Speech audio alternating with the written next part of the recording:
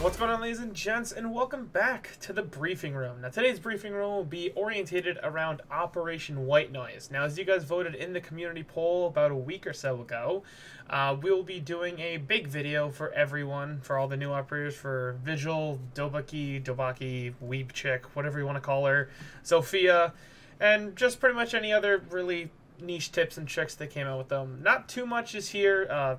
They're unique operators in their own sense, but they're not over-the-top versions.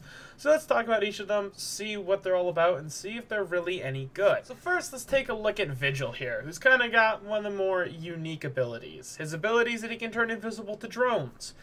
But it kind of has this weird caveat where, for some reason, there's this giant frequency image on your screen, and your drone makes a noise as you get closer to him. Why? I don't know.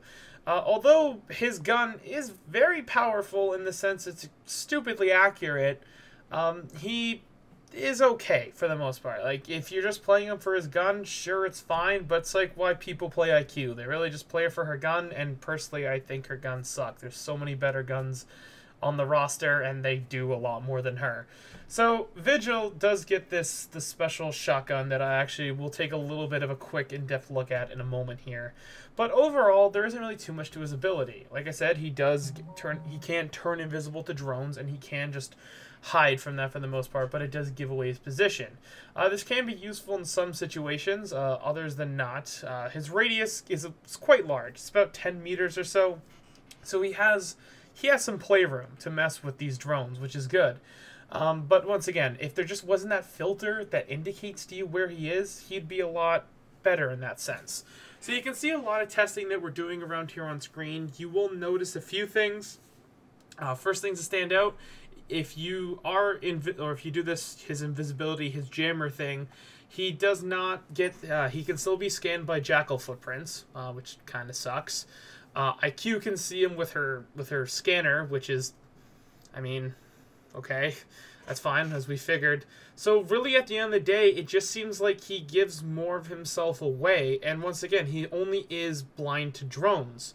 So if you really think about it, he's not hiding anymore, because if you put your drone in a position where it's hidden from him, and you know he's in the area because of this special frequency crap that's going on, you can just slip in and take him out without him noticing and you flailing your drone around all over the place. You know, it just makes it a lot easier in that sense for you to find him. So I don't really know what Ubisoft was thinking. Maybe they're just pandering a lot to casual players, just maybe throwing out gimmicks at this point. Because if you kind of look at all the operators, they're all very things that you always see from people that throw around on the internet, and they're just hopelessly trying to suggest operator ideas. So I guess it's a neat idea, but it sucks because he actually gives himself more away in the long run. If you're a skilled enough player, you'll easily be able to pin him down, because if you know the radius, he's got to be within that certain frequency range. So you can find him, kill him, there's not really much to it. Although his gun is quite powerful, as I stated before, so he does have a better chance of defending himself than most others. It doesn't pack the hardest punch. It's not in the same par as Jaeger's carbine, which does suck. And he does get 2 gadgets in the form of barbed wire and impact nades. I personally would have preferred maybe if he got nitro cell, maybe that would have been a little bit stronger for him. He just needs a little bit more oomph to him for him to be better, because his gun is so strong anyways. So either you remove the beep of the drone, or you remove the filter of the drone when it's being deceived, if you will. That would make him better. Other than that, he's just flat crap. So I guess because the Vigil segment is a little short here, I will quickly talk about the special double barrel shotgun that everyone's going to be running around with. It's pretty strong, but it's just very situational. In Rainbow Six Siege, I've seen people that have great accuracy and probably excel at this, but this shotgun is only good up to 12 meters for a one-shot kill. That's fine if you're on defense, let people get close to you. It's better for him than probably it is for Dobaki, whatever her name is, Weeb Chick. I'm terrible with names. I don't really care if you tell me in the comment section, because I'm probably just going to ignore it, because you just look like a tryhard at that point. And at that point, the shotgun is very good, though. It can one-shot any tier of armor operator up to 12 meters. So 10 to 12 meters is your sweet spot. Has to be right in the chest, and they're going to keel over, as you can see through some of the footage that passes by here. So he can benefit from that because he can play the defender role, let people come to you, you'd have more power with it, but once again, it only does have 2 shots. When he has another option that's much stronger in that carbine, you rather pick that over that, because at least then you just get headshots with it anyways, because it's literally a laser rifle. Like, if anyone on PC plays him, you're gonna have a great time, because that gun is literally a futuristic laser rifle. It is fantastic in that point. But other than that, there isn't really anything special to Vigil. He kind of just falls short because it seems that everything can counter him. So yeah, it's a good idea. He just either needs to take away that beeping noise or the static feedback thing on the screen. I don't understand why. So next, let's look at Sofia. So Sofia is the thicker Ashe, if you will. She's a bit slower, but she has a little bit more armor. She's a 2-2, which is fine. Both her guns, well, who am I kidding? The LMG sucks. The thing's got recoil out the wazoo. Just use the AK. It's a lot better if you really plan on being good with her. Her gadget, though, is goddamn annoying. I can't tell you how many times I was playing today when I was just sitting there and I just got fleet spammed of just concussion mines over and over and over and over and over again. Guys, you just need 1 concussion mine. It doesn't stack. It doesn't do any extra special effects when you when you hit someone with another. Just hit them with a concussion mine and kill them. You're literally wasting ordnance. There's 5 people on the enemy team. You have 2 explosives, which act as impact nades, and then you have 4 concussion mines. Just shoot 1 concussion mine at someone and hit them. So let's talk about the concussion mines real quick. So they will go off. They're very special. I say mine even though they technically are a grenade. But they won't go off unless someone's nearby or a certain timer goes off. So there'll be a lot of times where we actually kind of shoot the thing and just bursts in your face, and it gets really annoying. Luckily, though, Sofia can recover quickly from the concussion wave, and so can Ella, because lore and shit. That's not really important. Well, the important part, they can recover fast, which is good. Her AK is very good. It can capitalize very quickly. The recoil's not the best, but it's not like the worst. So it's pretty good overall. And luckily, though, it does hit like a truck. Does like 45 max damage, so you're gonna be smacking people with like an elephant trunk. It's gonna hurt real bad. So overall, though, her general niche is just Ashe. So if you're just repackaging Ashe, she's not bad, because it's just Ashe. If Ashe already works and she's top tier, and you just kind of modify them a little bit to have a different set of utility, but the same base premise, okay, that's fine. It's like the meme. All right, you can copy my homework, but just change it a little bit. Ashe, Sofia. Not too much different, but a decent enough difference.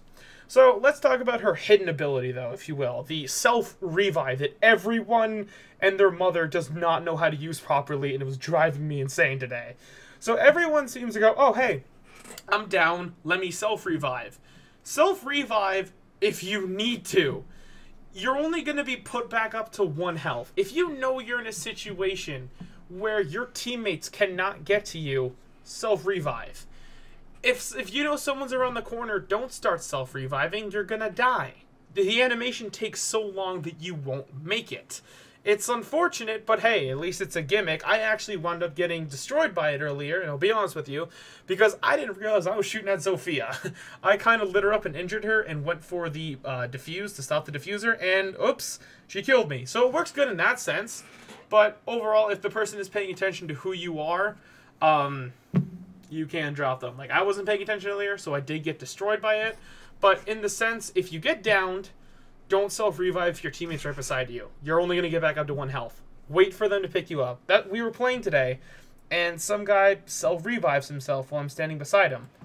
You literally just wasted all that potential, which kind of sucks. And just one final note to Sofia's final self-revive ability is that she can't self-revive herself from a frost mat. So that kind of sucks in the long run, which would actually been kind of a useful part to that whole self-revive thing, but her current gadget and weapon set is so useful as it is, it really doesn't matter. She has strong resistances to Ella's concussion mines and her own mines, where she's got enough benefits with her guns and gadgets that it's fine. She'll be okay. With a combination of Claymore and breaching charges, she has enough breaching power to punch through walls, and if there's 2 walls close enough, you can open them up with a quick succession fire of her impact nade setting on her lifeline gadget, so you can open up a longer hallway of fire, so you can actually benefit yourself more from your assault rifle maxing out its damage over long range, which is really nice. So lastly, let's look at DOKKAEBI. So DOKKAEBI, weeb chick, whatever you want to call her, she is the hacker that everyone has been screaming for, and everyone's like, dude, she's going to be so good. Yeah, her gun is stupid good. Her DMR hits for 60 max damage, and it has no recoil. It is disgusting. Like, absolutely disgusting. And that's okay. Because it makes up, obviously, for her other weapon that is a very weak shotgun in that match. Very gimmicky, very, things I don't know, meh, very situational kind of weapon. Her two SMGs, along with Vigils for secondaries, are very strong as is. I personally prefer the CZ75 because it's less recoil and does more damage. Sure, you have a little less bullets, but if they die, they die. It's fine. The DMR does so much damage that I don't barely even swap to my secondary. Overall, though, her DMR, run it with a holographic sight, an angled grip, and a muzzle brake, it still has no recoil. Like, it just doesn't exist. So you can have the most optimal CQB DPS possible without having to sacrifice that shitty ACOG in close range. But anyways, though, let's talk about her ability. So her ability, the Logic Bomb, or the first part of her ability, is where she just gets to hack into your phone. If you're on your phone while she hacks you, there's going to be this weird screen that pops up while you're on the camera. It starts doing some weird stuff. I don't know, just get off it, disable the phone. It does take a while for the defenders to turn off their phones, but hey, it works, it works. That's the only perfect time you're supposed to push and take out people along those lines. But people can still defend themselves. The noise and the vibration is kind of loud, and I'll cut into a little bit of a live clip here. Oh, still don't hear anything. I'm coming up kitchen stairs. I hear it. I'm in kitchen. So wherever you are, I can hear you, and I'm in kitchen.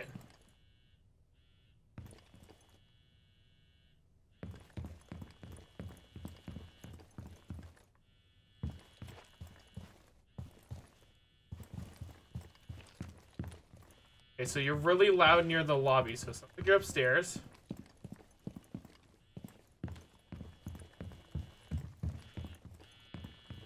Okay, so you're in construction. Hi. So, I could hear you while I was in kitchen. Does that sound right? That's pretty far. I know it's pretty far, but it's also kind of hard to pinpoint your noise because it is very flat. But at the same time, that wasn't that bad. Okay. Yeah.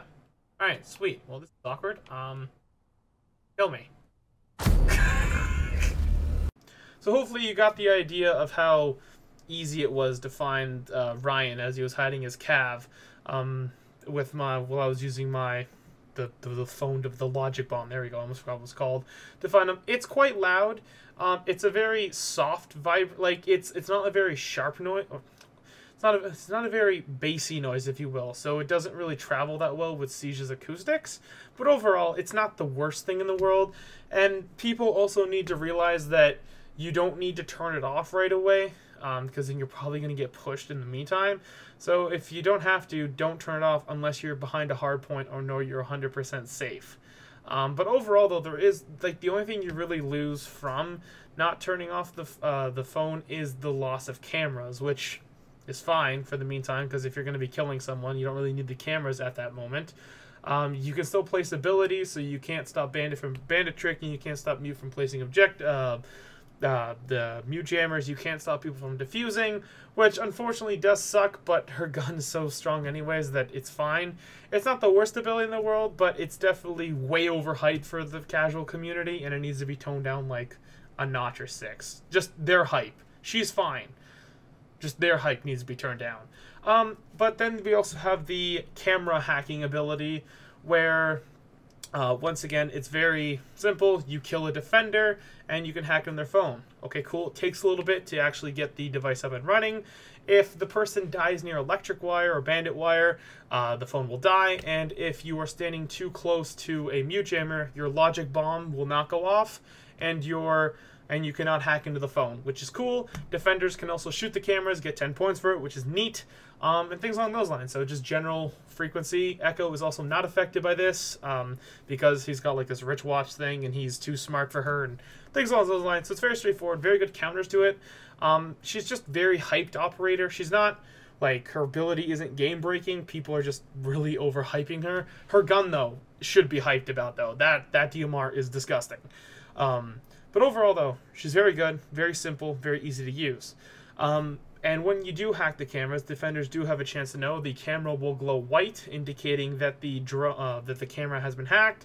There'll also be a little symbol on each camera stating that she does have control over the camera feed, and there will be a little thing over the comm radio where she goes, "Thanks for the feed, whatever, I can see you now." Something along those lines. She can't take over Valkyrie cams, so Valkyrie mains, you know, don't die on the outfield. People are like, oh, this is so hard to counter. Not really, because you have the tools as a Siege player to stay in the objective and not run around all the time. So your big counter to her is just stay in the objective and you'll be fine. If you're there, they can't get the phone in time, and once they're in the objective, okay, they hack the cameras, then what? They're already in the objective. It's lost all point and value now. So once again, just stay in the objective. There's so many trappers. Like, just go out, leave your Capcan traps in the hall, set up your black eyes, do whatever you have to do, just come back to the objective and chill out. That's fine. That's literally how you counter her. You just stay there, and that's it. And then, oh, your phone's vibrating, you're worried about getting wall banged? Stand right beside a reinforced wall. She can't touch you.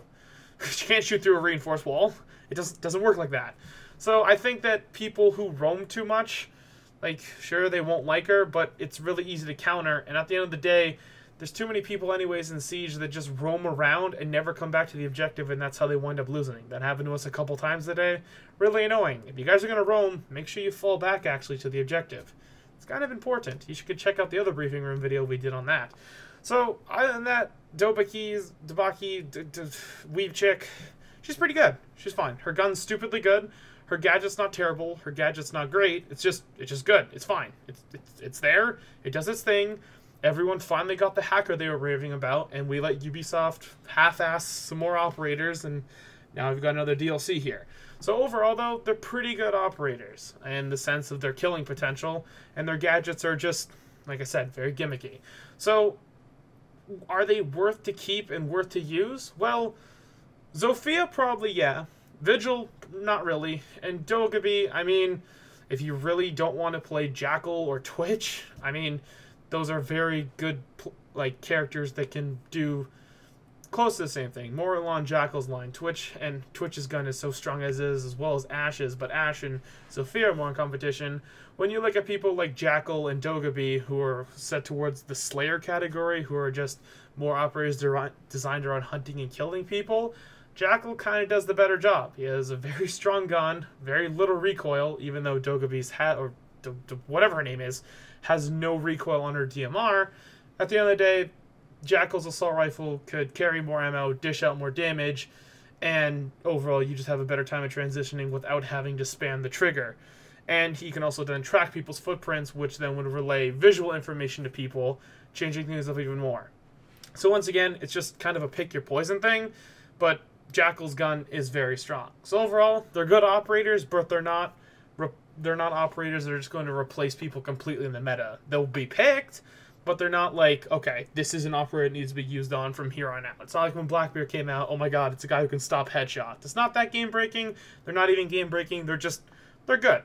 They're good. They're aight. You know, they stick around. They do their thing. They're good. So overall, that's pretty much going to wrap up today's briefing room. I hope you guys learned something new. I know I kind of like half-assed it a little bit, I guess. But at the end of the day, I just didn't really see anything special too much about these guys. They're just very straightforward, and they're very pandering towards the Siege community. So they were exactly what I was expecting from operators like this. There's nothing too special. It's just all their hype relies on their guns, which is cool, I guess. That's fine.